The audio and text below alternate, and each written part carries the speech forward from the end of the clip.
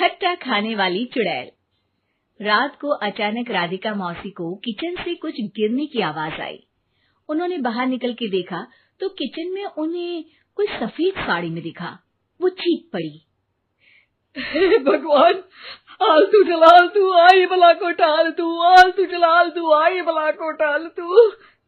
राधिका मौसी को चीखते सुनकर श्रवण बाहर आता है भागते हुए। अरे माँ, क्या हुआ? क्या देख लिया? दादी माँ आ गई क्या सपने में? अरे बेटा, रसोड़े में देख तो कौन है? श्रवण रसोड़े में झांक कर देखता है और उसे कोई नहीं दिखता अंदर। अब रसोड़े में तो कोई नहीं है माँ। कोई सफेद साड़ी में नहीं है क्या? नहीं माँ, कोई भी नहीं है। चिल्लम चिल्ली की आवाज सुनकर काजल भी वहां आ जाती है। अब क्या हो गया माँ जी? अरे बेटा, रसोड़े में एक चुड़ैल थी सफेद साड़ी में। अरे क्या कर रही थी वो अंदर? अरे बताया नहीं, कल आएगी ना तो पूछ लूंगी। चुड़ैल जी, आपका क्या प्लान है? माँ जी, रात बहुत हो गई है, आपने कोई बुरा सपना देखा होगा, चलिए सो जाइए। राधिका मौसी सोने तो चली जाती है, पर उनको रात भर नींद ही नहीं आती। वो कुछ भी उलझुल बातें सोचने लगती है। कहीं चुड़ैल की वजह से तो घर में टेंशन नहीं हो रहा, कहीं उसी की वजह से तो वो दादी नहीं बन पा रही। सुबह जब राधिका मौसी रसोड़े में छानबीन करती है तो पाती है कि नींबू का अचार गायब है। चुड़ैल नींबू का अचार ले गई, मुझे तो ठीक नहीं लग रहा कुछ। चुड़ैल को भी पता है कि जिंदगी का असली मजा तो खट्टे में ही है। राधिका मौसी झट से श्रवण को फोन कर देती है। बेटा, मुझे समस्या समझ में आ गई है, हमें एक तांत्रिक की जरूरत है। अरे क्या बोल रही हो माँ, तांत्रिक की क्या जरूरत है? आप पूजा पाठ तो कर ही रही हो ना। आलतू जलालतू मंत्र सारे फालतू जैसे कुछ मंत्र पढ़ो, चली जाएगी अपने आप चुड़ैल। अरे नहीं बेटा, कभी चुड़ैल को कम नहीं समझते। अरे तुझे पता भी नहीं चलेगा कि कभी वो छल करके काजल की जगह घर की बहू खुद बन जाएगी। क्या माँ, कुछ भी बोल रही हो? कहाँ काजल और कहाँ चुड़ैल? वैसे एक बात बताओ, काजल को अगर गाने के लिए बोल देना तो चुड़ैल काजल की आवाज सुनकर घर तो क्या धरती लोग छोड़कर चली जाएगी। तुम ना पढ़े लिखे बच्चे हर चीज को मजाक समझते हो।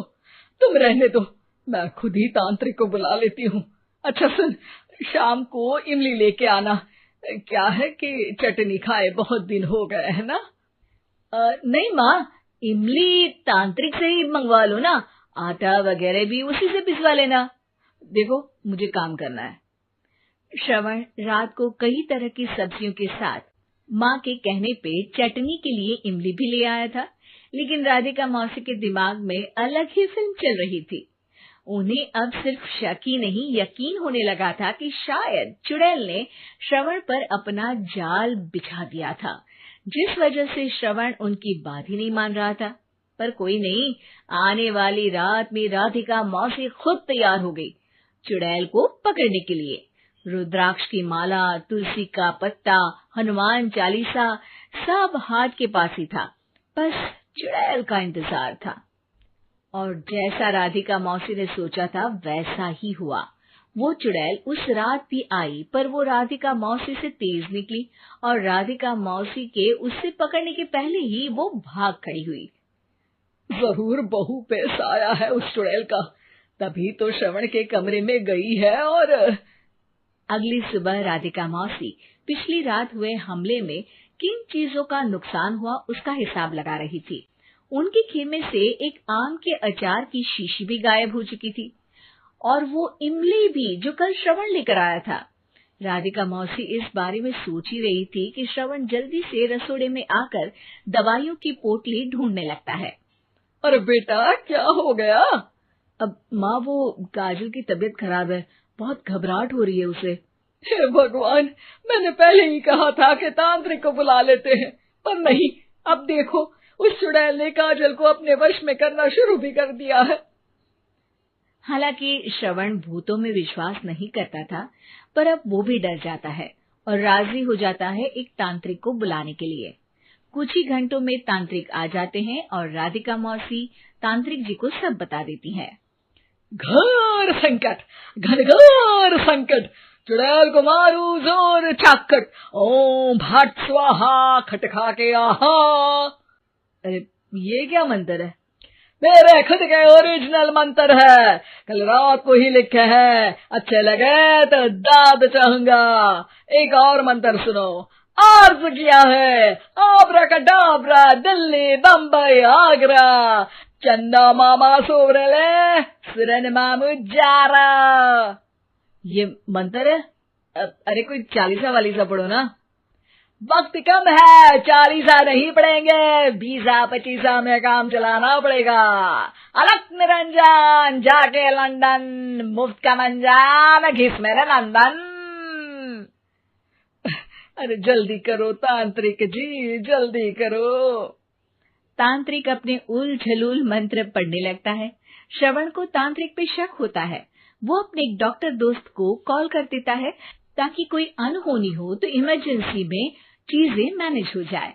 तांत्रिक धुनी रमाता है, जिसकी वजह से कमरे में काफी धुआं हो जाता है और जिसकी वजह से बहू की घबराहट बढ़ जाती है। अब भागेगी चुड़ैल। हाँ। बहू खांसते हुए धुएं से बचने के लिए बाहर चली जाती है। अरे भाग रही है, भाग रही है। पीछे पीछे श्रवण भी जाता है। बहू एक सोफे पर बैठ जाती है। तभी डॉक्टर दोस्त आ जाते हैं और श्रवण को पानी लाने के लिए कहते हैं। थोड़े चेकअप के बाद डॉक्टर कहते हैं, मेरे हिसाब से जाप का काम पूरा हो गया है।